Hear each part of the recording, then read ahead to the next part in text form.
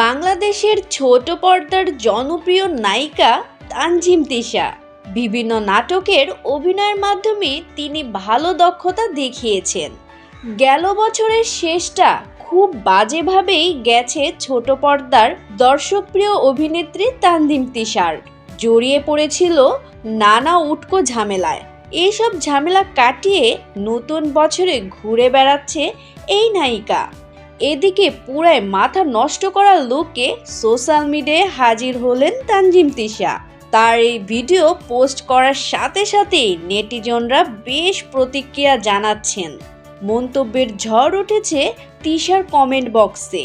কেউ কেউ আবার কমেন্টে বলছে তাদের নাকি হার্টবিট বেড়ে যাচ্ছে। সবাই খুব প্রশংসা করছে এই লুক দেখে।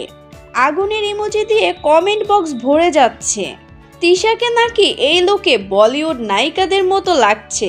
তানজিম তিশার এই লুকটা দেখে আপনাদের কাছে কেমন লেগেছে কমেন্ট করে জানান।